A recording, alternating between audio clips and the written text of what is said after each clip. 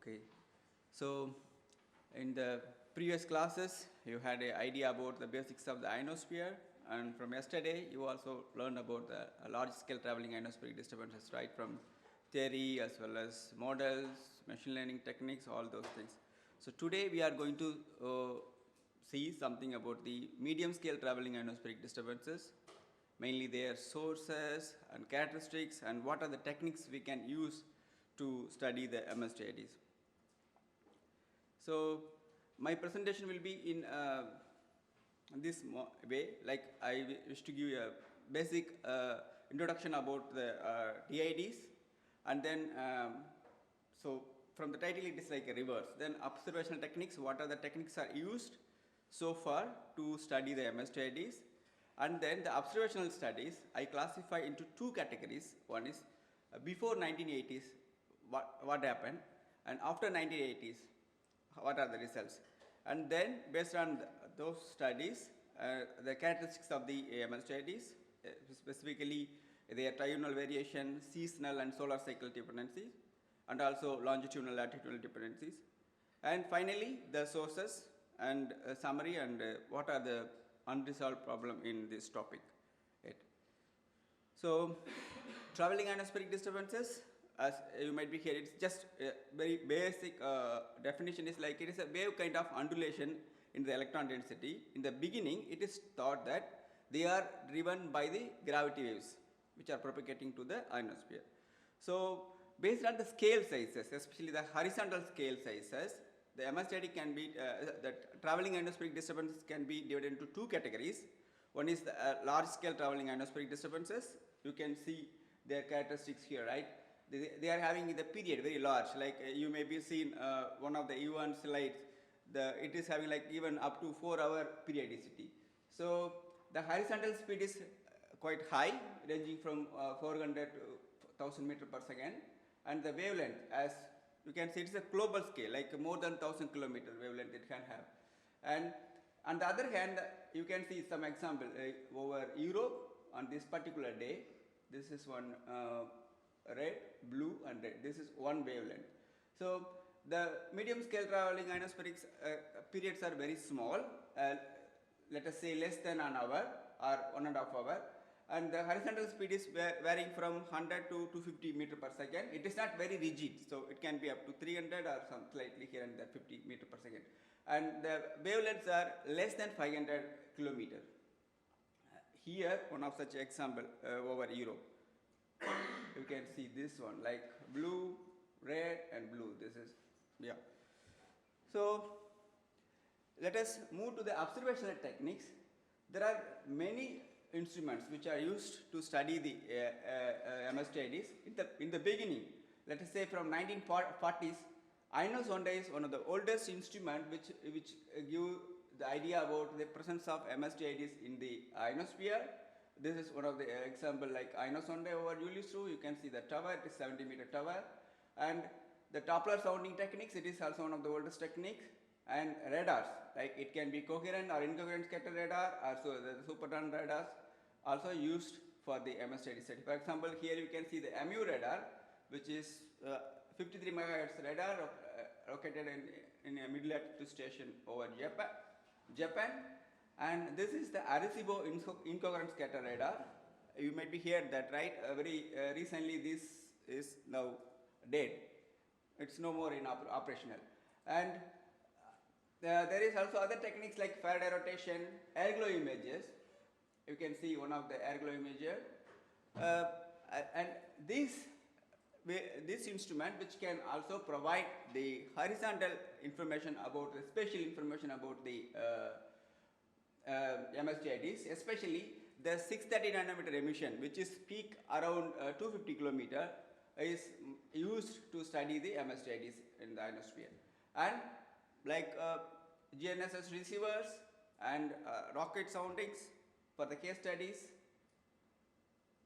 and also CDSS measurement. This is continuous Doppler sounding system. I think Tobias will give detailed information about this.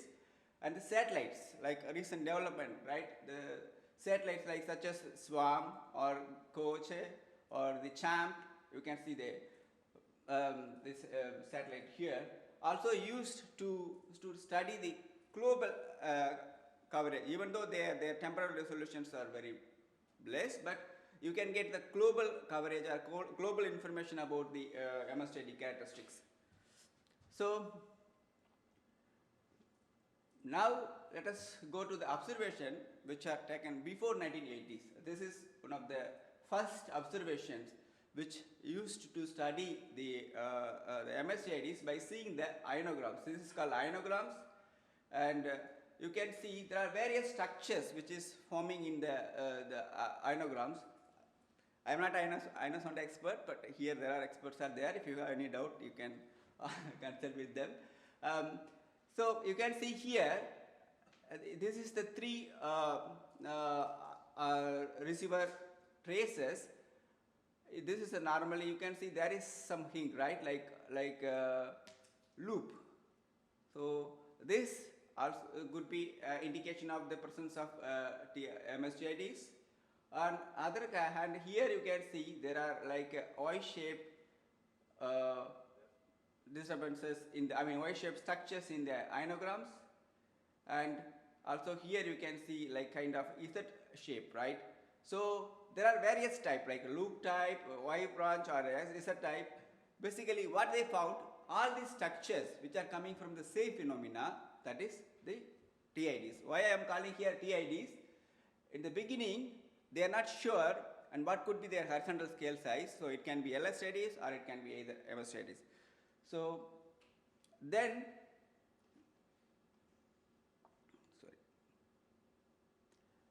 also other signature like the spread in the frequency or in the range. You can see this is the ionogram, this height and its frequency. You can see here like both in the height as well as in the frequency you can see the spread, right? So this is the mixed kind of frequency, or they called in the olden time like unresolved ionograms. And here you can see very clearly like very nice range spread, and here you can see the frequency spread. So basically how they, based on the ionograms, the structure, this is schematic shows, based on the ionograms we can tell what kind of structure is existing at that particular time, or what kind of scale is existing. For example, when you see the ionograms like this, then there could be a possibility of large scale disturbances. When the ionogram is like this, let us say, and this way, you can see medium scale or the small scale, which is like a few tens of kilometers, like this kind of ionograms. When you are seeing that can be the small scale TIDs. So in the recent, modern ionograms, colorful you can see, right? Before it was white and black, now it is colorful.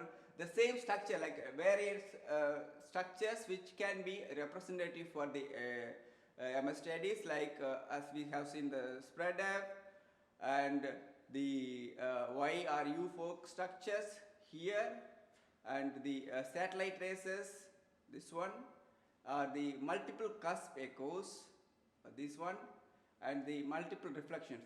So these all can be the indicator of the MSTIDs in the ionograms. So let us move to what causes these structures here. You can see this is one schematic which shows the possibility of the traces, like especially the spread of traces.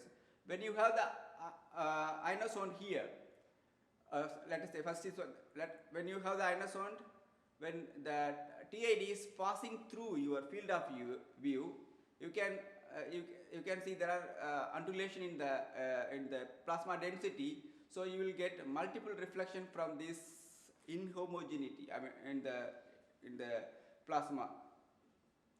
And this is called the convergent traces. This kind of time, when it is passing through you, then on the other hand, you are getting the echoes from this direction. You can see the divergent traces. So this is the way from the ionogram we are getting the spread of structures. So let us move to the other instrument, which is Arecibo incoherent scatter radar, and this is one of the finest instrument in the 50s. Like they used It used to give the get the information about the plasma density as well as the height and altitude information, and it also had a capability to scan the sky. You can see such a scan here, like two different places. This is one like a theta 1 at some time, and it can like scan like this. It's a kind of narrow beam. So then you can see the spatial variation and the small domain. And what they have found in the mid latitude, it is geomagnetically mid latitude station, and they have observed there is a sudden jump in the height, F region height. It can go as high as 70 kilometer. So that is really strange, because in the low latitudes you may be seeing the plasma bubble, equatorial plasma bubbles, which can grow in the higher height. So where the Rayleigh-Taylor instability mechanism is supporting such a kind of growth. But in the mid latitude, which is compared to the low and high latitude, the magnetic field lines are tilted, and it is so kind of a quiescent in nature. So this kind of large up and down in the height was really exciting, and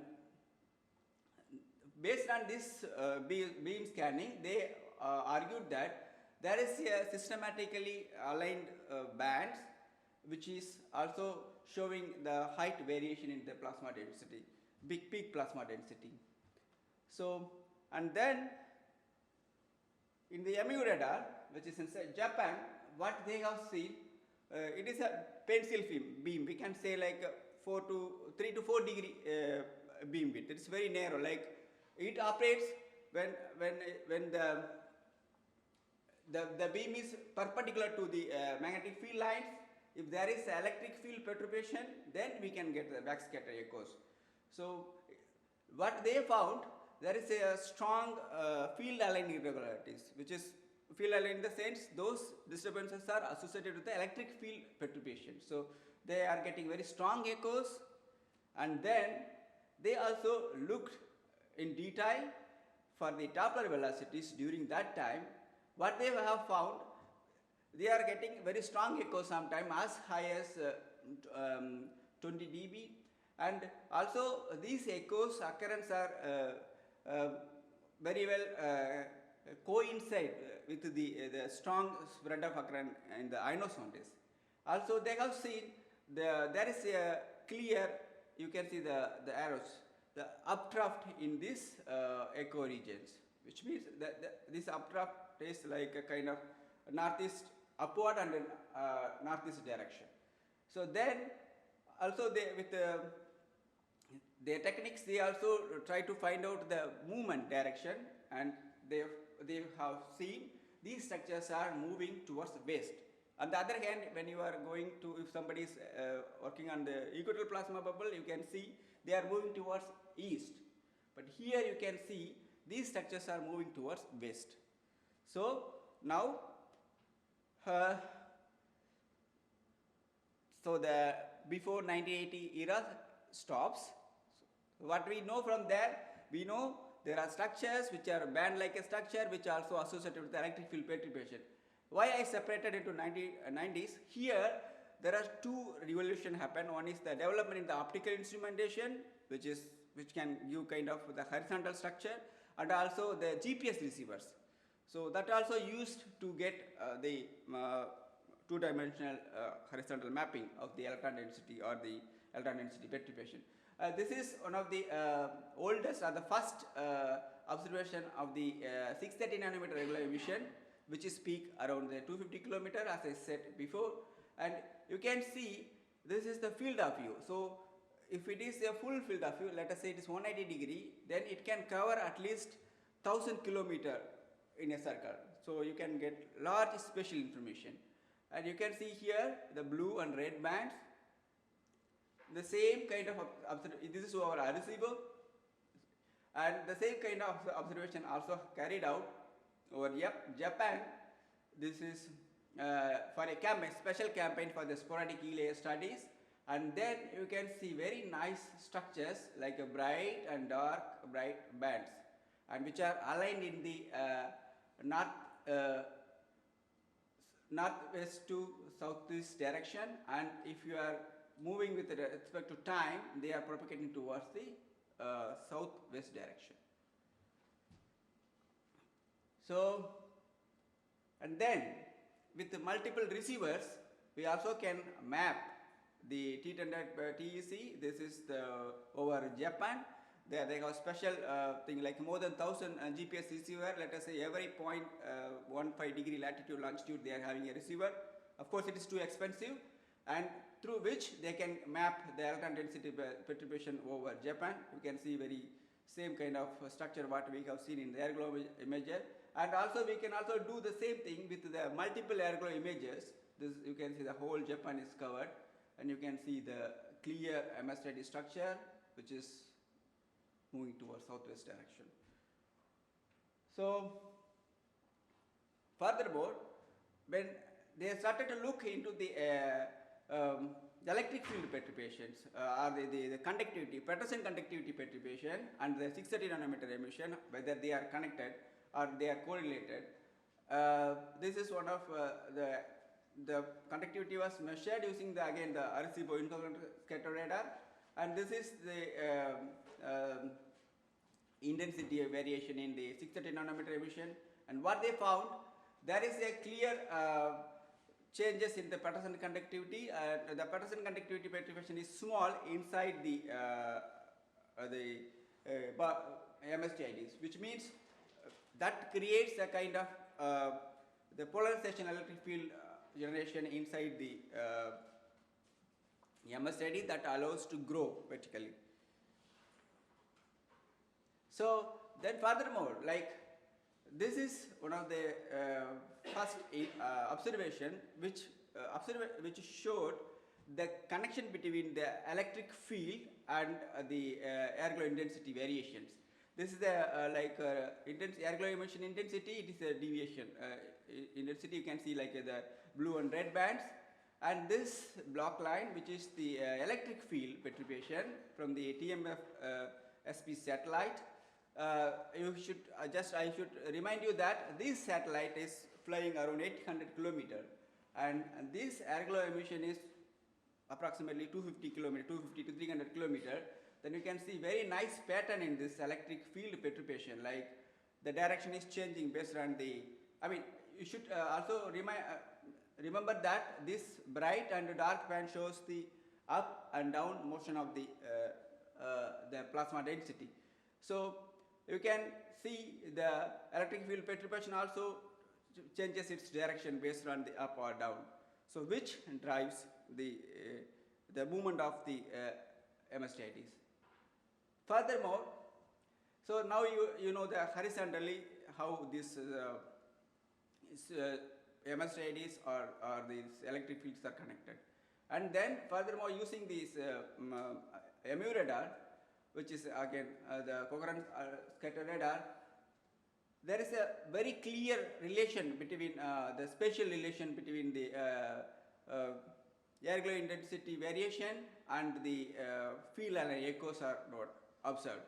We can see this is the how actually, as I told, this is air glow can give you a horizontal structure, but with the help of the field line, we can also convert into the vertical height. That is the way they have estimated the height, and you can see whenever there is a low density or the low intensity, the field line irregularities are occurring. Where also in the previous one of the slide I showed, there is upwelling. So this is the place we get more field line echoes.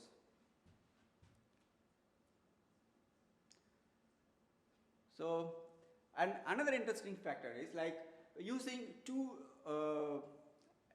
images at two conjugate points. Like let us say this is from Japan's SATA, and this is its a conjugate point in over Darwin, and they have found very interesting structure, like the southwestward propagating MSTID structure in the northern hemisphere, and in the northwestward propagating structure in the southern hemisphere.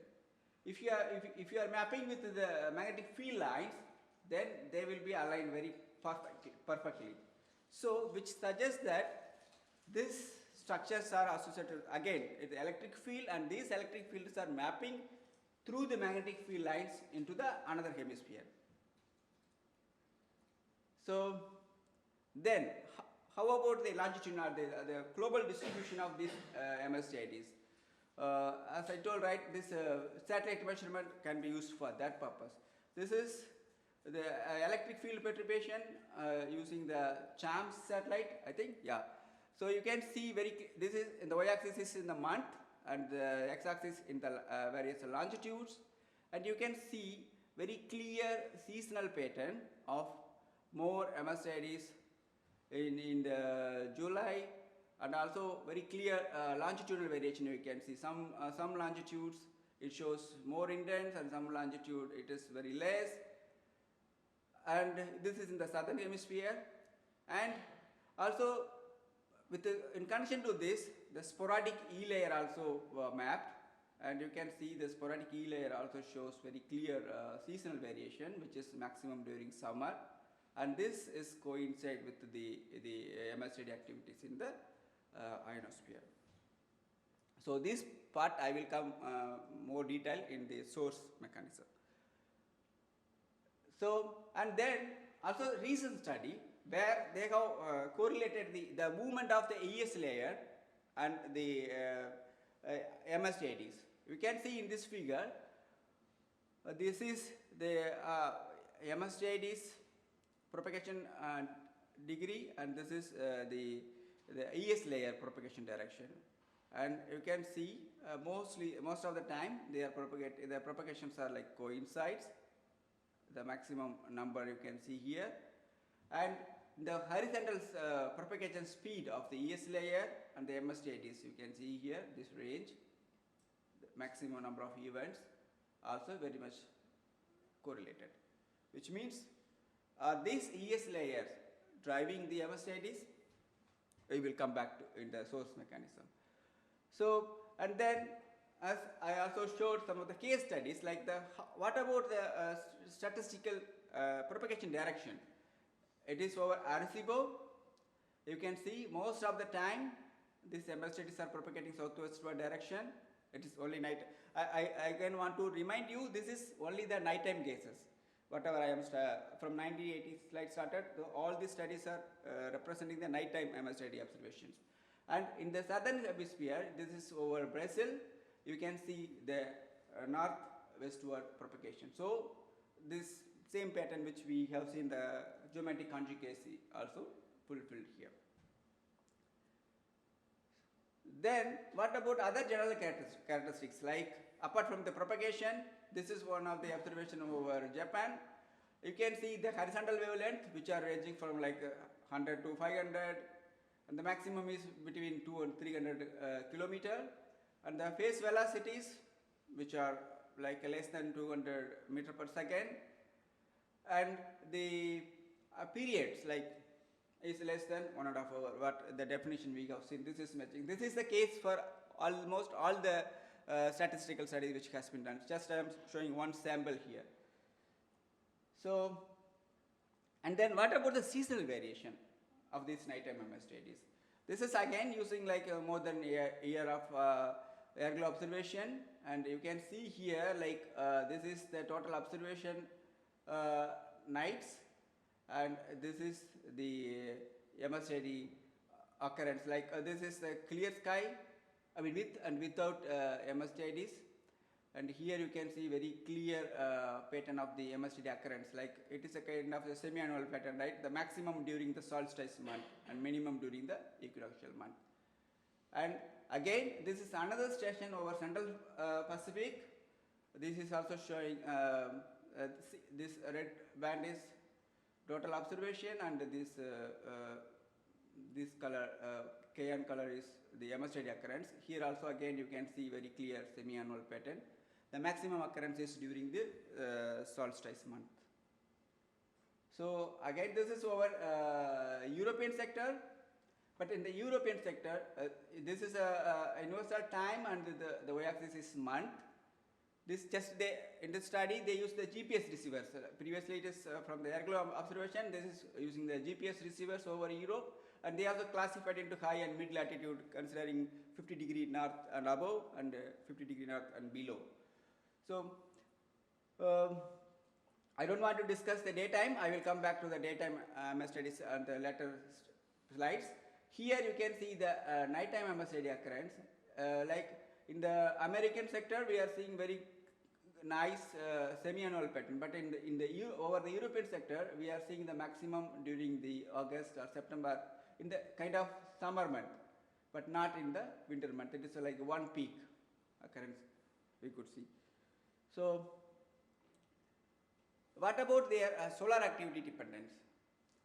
You can see the solar activity variation of the MSTD occurrences, especially the nighttime MSTD occurrences here. This is over the Central Pacific station. See, this is during the December month, how much the occurrence is. The x-axis is the years and the y-axis is occurrence rate. You can see the maximum occurrence during the low solar activity years of 2008 to 10 in all these different seasons. And also this is over Japanese sector, the MSTD activities is during the high solar activity condition and in the low solar activity condition. And if you are seeing with respect to time, it is almost 20 years of statistics. The max, see the blue line is for night time and the red line is for the daytime. So in the blue line, like which now we are focusing on the nighttime MSTIDs, the occurrence is very low compared to in the high solar activity period compared to the low solar activity condition. So which means the nighttime MSTID is having kind of a negative correlation with the solar activity. And then now we are going to see what is the causative mechanism, what causes these MSTIDs. There are many studies, observational studies, which I have shown, and parallelly from the 1970s, the theoretical concept also developed. This one of such a first explanation was done by Perkins, and you can see in general in the mid-latitude ionosphere how it is balanced. It is balanced against the gravity by the eastward electric field and the southward wind, right? When there is any perturbation which can affect this balance, then that can allow the instability to grow. That is such an example here. This is the eastward direction and northward direction. If you are assuming the electric field is eastward and your wind is southward, if there is any, so this wind driven current can be in this direction. If there is any perturbation which is aligned in this angle between the electric field and the current, then you can see the maximum growth possibility. And this Perkins instability growth also depends on the ion neutral collision frequency, which is inversely proportional, and the tip angle. So if you are considering this equation, so there are two things. So the ion neutral collision frequency needs to be considered and the tip angle, which means this is the favorable condition is in the mid latitude, let us say 45 degree tip angle. Then the growth can be more. And by estimating the growth rate in this crude approach, what they found that it takes almost few hours the instability to grow, from 2 to 4 hours. But the MSTIDs are occurring very faster. Very faster in the night time. Then later on there is an additional source also proposed in addition to the Perkins instability, which is the gravity waves. If there is a gravity wave perturbation and that can trigger the electric fields and that can support the growth of the Perkins instability faster, through this mechanism they could explain the growth rate. However, if it is a gravity wave can propagate in any direction. But if you are looking at the MSTIDs, they have systematic propagation in particular direction. So this mechanism could not explain the directional preference of the MSTIDs. And then additionally, there are also studies using the radar and aerial observation. You can see This is the quasi-periodic echoes or the E-region echoes using the radars, and this line plot shows the air glow intensity variations. You can see there is very good correlation between these two. So then, what mechanism they are proposing? There is a kind of instability in the E region sporadic E layers, which can also drive the electric field, especially the Hall conductivity. Then that can also support the growth of the polarization electric field, and that polarization electric field can map into the F region through the magnetic field lines. Then that can support the Perkins instability growth faster. So, and this is another mechanism is like the interhemispheric coupling. As I told, there is also studies which show if there is a perturbation, electric field perturbation with the horizontal scale size more than 10 km, that can clearly map into the other hemisphere. So any electric field perturbation which is more than tens of kilometer horizontal scale size, then we can expect their footprint in the other hemisphere. So, and this is another, so it is only like electric field perturbation when we are talking about. Also, which suggests that if there is sporadic layer in one hemisphere, which means the sporadic layer, it is not there, it is not directly the sporadic E layer. There is a parameter called the difference between the Planck-Getting sporadic E layer and the sporadic E frequency. So if the frequency range is more than certain threshold, then we can expect occurrence of MSTD in the other hemisphere. And moreover, this through the interhemispheric coupling, in the other hemisphere, the amplitude of the MSTDs are also controlled by the wind magnitude or the electric field in the other hemisphere, background atmosphere. So you can see such a like coupling, how it is happening. And if it will not be like always like this. If suppose in one hemisphere the E layer is very strong, then you can expect other hemisphere MSTIDs. It can be in the opposite. That's why in one of the global map, you can see some places in the summertime the sporadic E layer is high, but we also see maximum MSTD occurrence in the winter time, the two peaks. So those MSTDs are mainly generated through the interhemispheric coupling processes. So then, so far we have seen the MSTIDs in the mid-latitude, nighttime MSTIDs in the mid-latitude. Using the airglow images over the low latitude, some stations, studies also carried out, and this is one of the example over the Brazilian low latitude sector, and there they have seen the maximum occurrence during the southern hemisphere winter months, and this is over Cotopaxi, it is Asian sector. There also you can see the maximum occurrences at a different season like February to April, May, July. This season you can see during the May, July there is more activity, and which is decreasing in the other seasons. And as far as the propagation direction concerned, like it is not showing the systematic southwestward or northeastward propagation. It shows the different direction. Like it can be the northward or it can be the southward. This is the case here also. This direction is changing with respect to the season. You can see here, this season and this season there is a drastic changes. Which means then what they interpret, the source is not the Perkins instability. There is something else operate this low latitude nighttime MSTIDs. So as far as the solar activity dependent concern, you can see the MSTID occurrences with respect to the years.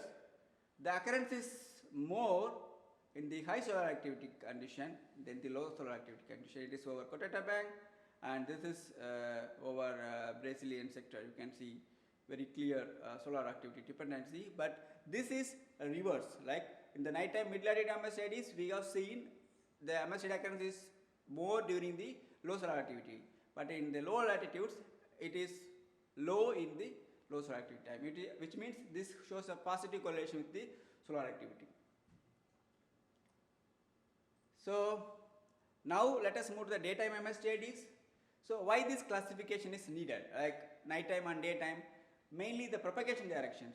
If you are seeing the nighttime MSTID, they have systematic southwestward propagation. On the other hand, in this daytime, these MSTIDs can be either south east or most of the time, and sometimes southwest direction. And then this is using the GPS receiver, and this is from the incoherent scatter radar. You can see the perturbations, and the phase could be like downward phase propagation. Then this suggests that this mechanism could be related to the gravity waves. And then what about their seasonal variations of these? You can see the local time and the month. The maximum occurrence is noted during the, see, this is over the southern hemisphere, which means the maximum occurrence is noted during the winter season. And the propagation direction also changes with respect to the season, you can see here. So, how about their longitudinal variation? To check the longitudinal variation, there are different stations, GPS receiver stations are concerned. You can see the locations here, like Western US, Eastern US, Europe, and Japan. In the southern hemisphere, Australia, and the South America. And you can see the statistics, I mean the occurrence, the seasonal variation of the MSTID in all the different MSTID activity in all these different longitudes. And you can see in all these longitudes except the Western US, the maximum occurrence is noted during the winter condition. So which means it does not show any longitudinal variation. Of course, there is variation in the amplitude of the MSTID activity, daytime MSTID activity, but there is no, the seasonal pattern is not changing. They are almost same in all the longitudes. And this is one of the study in the high latitude using the Sivakandan radar. Here also they have found the maximum occurrence in the, it is a northern hemisphere over the US and Canadian sector. The maximum MSTIDs are noted during the winter month and minimum during the summer month. And this is the propagation direction. You can see most of the time they are propagating southeastward, and sometimes, some cases they are also propagating in the northwestward direction. And this is other characteristics like wavelength. Wavelength is ranging from 100 to 500, and the velocity is below 250 most of the cases. I think like this can be contaminated by the LSTIDs. So then what could be the source for this daytime MSTIDs? Like one of the main prime suspect is the atmospheric gravity waves, which like when in the 1960s, like Heinz, very famous paper you might be seen, like the dissipation relation, that gives the first theoretical explanation for the upward propagation of the gravity wave up to the ionosphere. So then this is one of the study using the CHAMP and GOES satellite in the ionosphere. They find the density perturbation, and they correlated with the Saber gravity wave momentum flux in the middle atmosphere, let us say from 30 to 90 kilometer. You can see this is the latitudes, and this is height, and this is the correlations. You can see very nice correlation in the between the Saber gravity wave momentum flux and the gravity wave perturbation in the ionosphere in the most of these the mid latitudes, you can see, right? So then what they were like suggesting, this could be due to the upward propagating gravity waves. Either they can be a primary gravity waves which can directly reach into the ionosphere if it has enough amount of amplitude and the wavelength, vertical wavelength especially. On other hand, the secondary gravity waves, when the primary gravity waves reach in the mesospheric altitude, let us say 80 to 100 kilometer, most of them are breaking, and that breaking can lead to the generation of the secondary waves, and they can propagate into the ionosphere, and they may be keeping up the pattern of the tropospheric gravity wave activities in the ionosphere. And then also studies which connected the polar vortex intensity versus the daytime MSTIDs. You can see here the MSTIDs activity, like this the shades. There is this is the more MSTD activity, the blue shade is like low MSTD activities. And then they have correlated with the polar vortex index, how much strong it is, I mean whether the polar vortex is strong or the polar vortex is weak. And also they have correlated with the aurora jet and the other geometric indices. And if you are seeing these figures, you can see kind of very clear idea. When the vortex is strong, the positive values you can see, the MSTD activities are kind of more, right? And when the vortex is weakening, the MSTD occurrence also getting weakening. So it shows there is a kind of correlation between the polar vortex, change in the polar vortex vortex and the MSTD activity occurrence in the mid and high latitudes.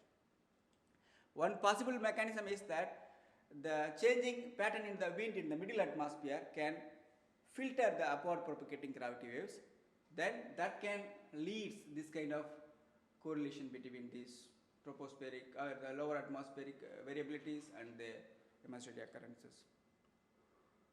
And I mean, this is what I was talking about. Like when there is a gravity waves, then they can propagate upward. Sometimes they can reach into the ionosphere, and sometimes the braking also can generate the secondary waves, which will be the perpendicular to the primary wave propagation direction, and that also can lead to the formation of the MSTIDs. And also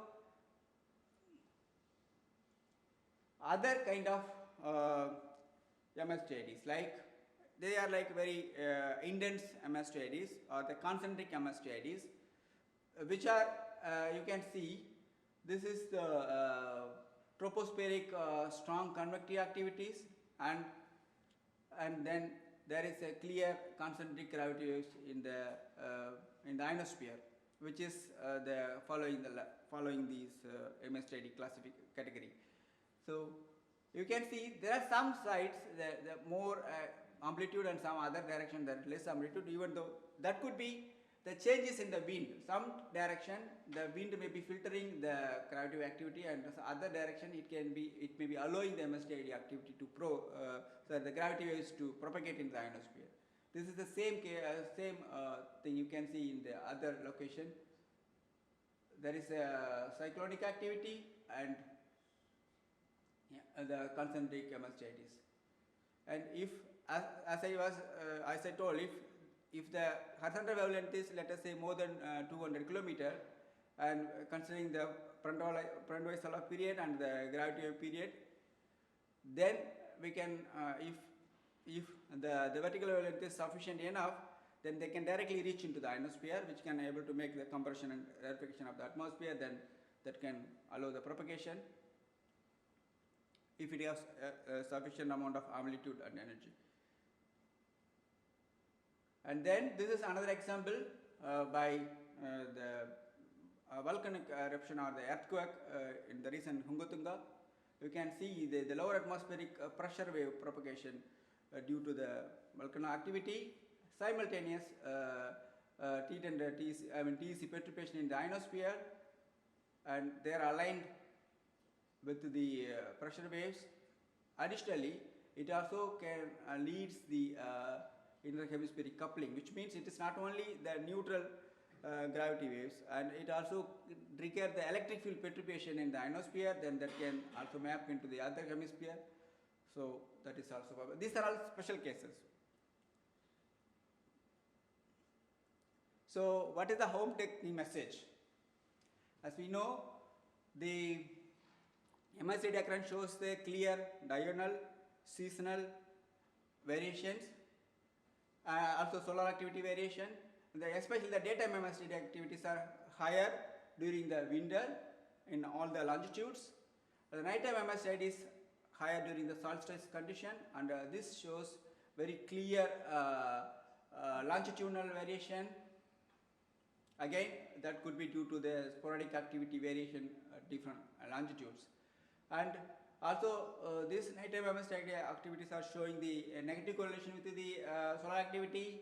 On the other hand, in the mid latitude, the low latitude nighttime MSTIDs are showing the positive correlation with the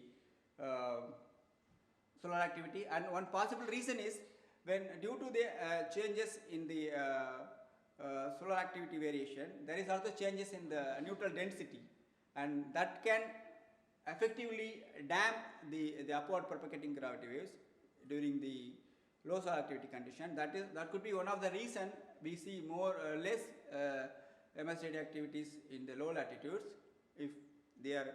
So that also support that these low latitude nighttime MSTIDs are mainly driven by the gravity wave activities. However, in the mid latitudes, they are driven by the Parkinson instability mechanism. So that's it. But we don't know. These are all so far we know. And but there are some other problems which is still open. And as I told, the sporadic E could be one of the driver for this nighttime electric field MSTID. And what is the threshold for this sporadic E layer, which can, okay, let us say if this much sporadic E layer is there, then I can see the MSTID activity always. There are some case studies, but over the globe we don't know the threshold of this ES which can lead to the MSTIDs in the other hemisphere. And the relation between the spread up, I mean, I told when there is a electric field MSTID, they also coincide with the spread up occurrence, nighttime spread up. But it is not always. There are some cases when the spread up is there is no MSTID. It can be also opposite. There are cases when MSTID is there is no spread up. So then what is the connection? Then what kind of MSTIDs and when it leads to the spread up and when it don't? And whether these phenomena have anything to do with the ROT variations. And if you are seeing the daytime MSTIDs, they are not exactly south. If it is the wind filtering is controlling the propagation of the gravity waves, then it should be south, but it is always or almost it have the small tilt towards the southeast direction. So what drives this directional preference for this daytime MSTID? Also not known well. Yeah, thank you very much.